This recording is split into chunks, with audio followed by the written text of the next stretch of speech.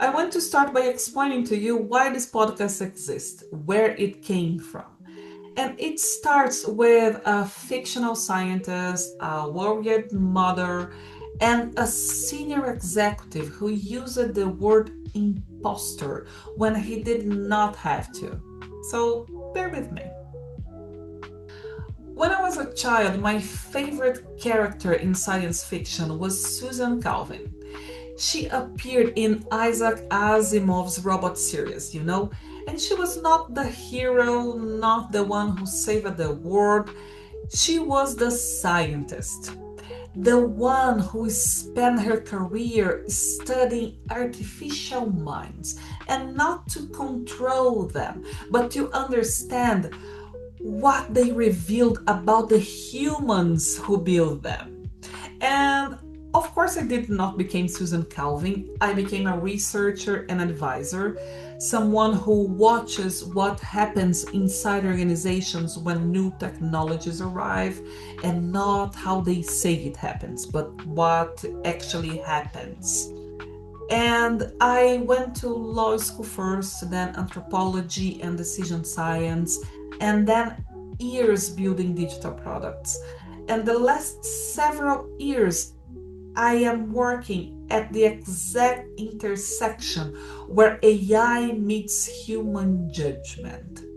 And each field was in its own way, I would say.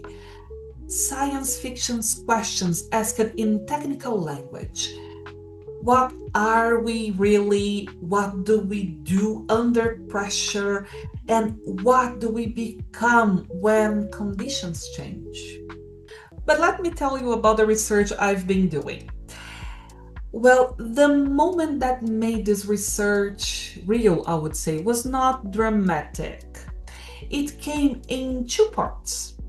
The first was a woman I knew casually and not someone who used AI in any serious way, telling me she was worried about children, about what would happen to their ability to think through hard things if the tools that did the thinking for them arrived before this thinking muscle had even developed.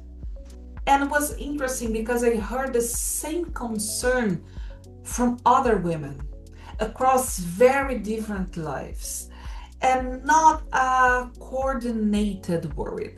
It was a convergent one, something being sensed before it was named.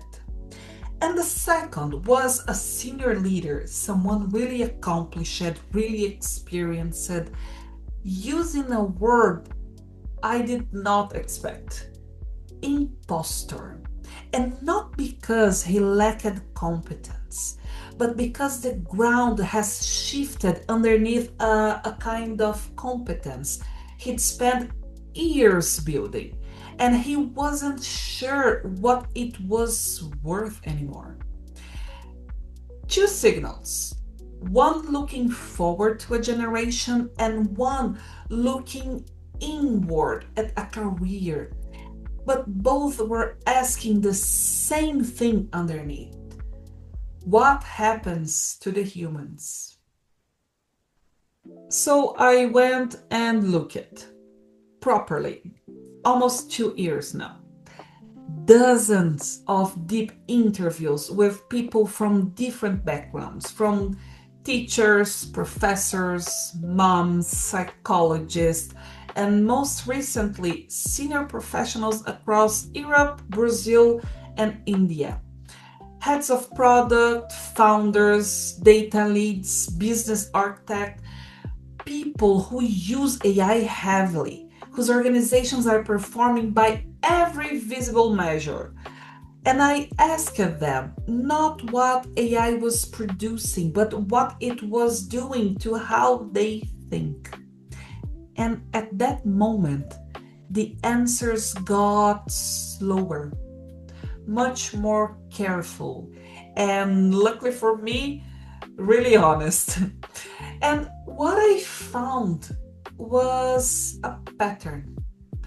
something happening beneath the productivity gains, something that does not show up in output metrics, doesn't announce itself in performance reviews, and does not register until the moment when you reach for a thought and find out the scaffolding was never yours.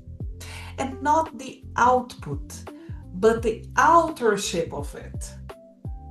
And well, I call the practice of protecting the authorship, of staying genuinely in charge of your own thinking as AI take over more of the cognitive work, cognitive authorship. The full capability of the tool and the full judgment of the person, both. That's what I call full power, using AI with full power. And that is what the podcast is about. Well, my name is Milene Amoriello, and before the prompt is where I bring the research, the findings, the patterns, the conversations, and the concepts that help you stay the author of your thinking in a world designed to do it for you. And this podcast is for people who use AI heavily and intend to keep their thinking their own, who want the full capability of the tool and their full judgment alongside it, not one instead of other, both together.